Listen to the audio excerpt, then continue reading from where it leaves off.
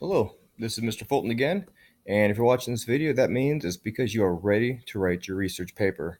Your bibliography is complete, your outline is finished, and now you have the task ahead of you of writing, and you might be freaking out a little bit. Writing is the hardest thing ever, you might be saying to yourself. I assure you, it's not.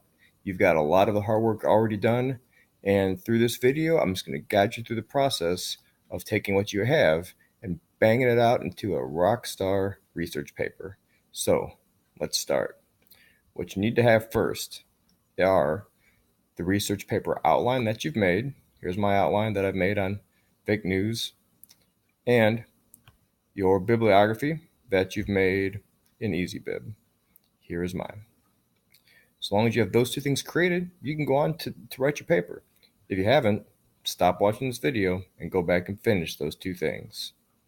So the first thing you need to do is go to your drive, click New, Google Document, and make a new document. Call it something like research paper and your topic. Mine says research paper on fake news. Then on that document, give yourself Roman numeral 1, 2, and 3. Roman numeral 1 will be introduction, 2 research report, and 3 is conclusions and recommendations. These are going to be the sections of your paper. Pause this video right now, set up that document, and then resume it once your document looks like mine, with a different title, of course. Now that you've got your paper set up, the very first thing that I want you to do is go to your bibliography in EasyBib, and there should be a link there that says, or a tab that says export. I want you to click it, and then find where it says copy and paste, click that, and it should open up something that looks just like this. This is the correct format for your bibliography, or actually we're going to call it a works cited list. That's just what you say in MLA. Copy it. It is the same thing as a bibliography, if you've ever heard that before. And then go over to your research paper, and at the very bottom of your research paper, paste it. It's going to be very important that that bibliography is there, or I'm sorry, works cited list is there when we begin to write your paper. The second thing you want to do is go ahead and set up your screen so you can start writing. For me, I think the easiest way to do this is with a split screen. So if I take my tab and I drag it over here to the right hand side, it gives me that over there. Then I take this one here, my outline, and I drag that to the left hand side. It's there. To find, where is it? Here, okay. So now I have my paper over here and my outline over here. All right, first thing, I need to figure out which of my topics I'm going to write about first. Reasons for creating fake news, why it matters, ways of taking actions, what businesses are doing. You don't have to go in the order that you've already said, A, B, C, and D. You should probably start with a cause or an overview if you have that. For me, I do think I am going to go with A here, the reasons for why people start fake news. So over here, my research report section, I'm going to put my tab and get ready to start writing. Usually, the first sentence in a paragraph is known as the topic sentence. So look at all of these pieces of information and figure out what's the topic that they're going to address. Take a minute, look those over. It was about politics. This one here is about profit and ads. This fact is about somebody who made money. This one's about how websites create revenue from ads. And this one's about a story of Hillary Clinton altering ballots. All right, so it sounds to me like all this information has to do with people create fake news for profit and political influence. There's my topic sentence. So that's how I'm going to start it off.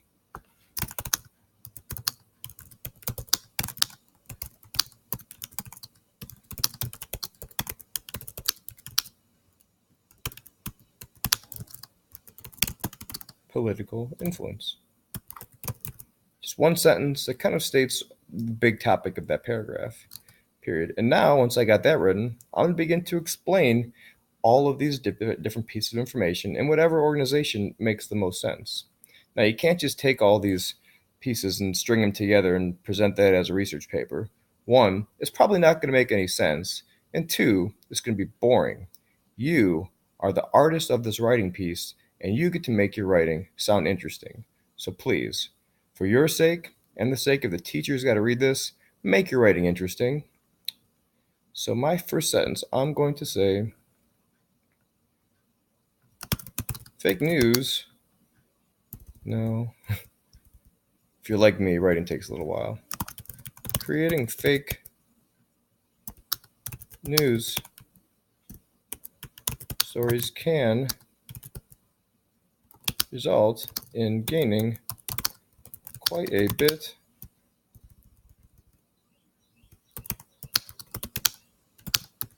of money. For example, one man, just 23 years old, created a fake, and you can even copy and paste some stuff from here.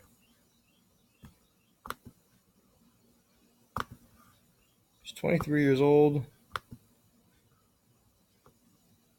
created a fake news article that paid him about $1,000 an hour before it was shut down.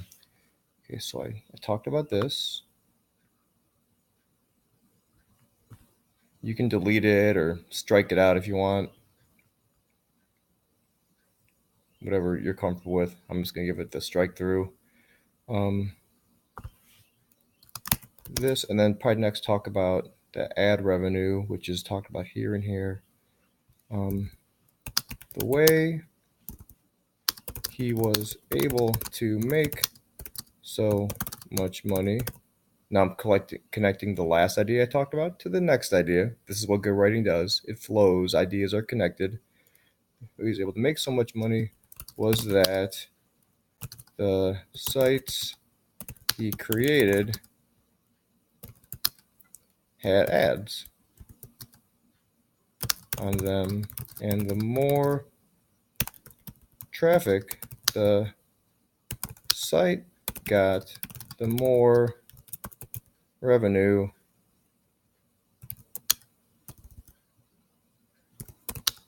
he made from the ads.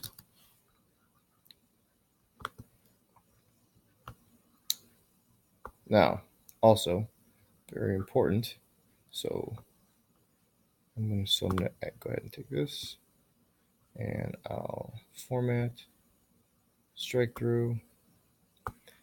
Now, both of those pieces of information I used from my second source, number 2.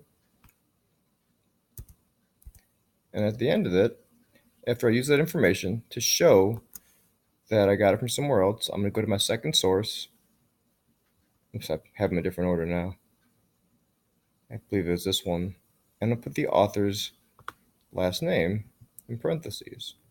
This is called citing your source. And I'm going to make another video on that later.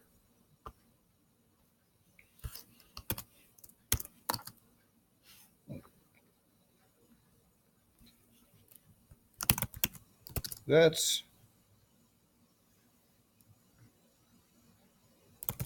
the way money gets made, but it's not just money that causes people to create fake news stories. They also do it for political influence. And now, I'm not going to keep writing in front of you, but what I would do next is I would just go on and mention these other 2 points, here and here. Now, this one here, I'm not sure if I have a place for that. Maybe I could find a place later to fit it in. And that might be the same case for you. You might not find a place for everything, and that's okay. So for right now, this is the end of this part of the video. Please go ahead and also watch the other video I'm going to make on citing sources, and good luck with writing your paper.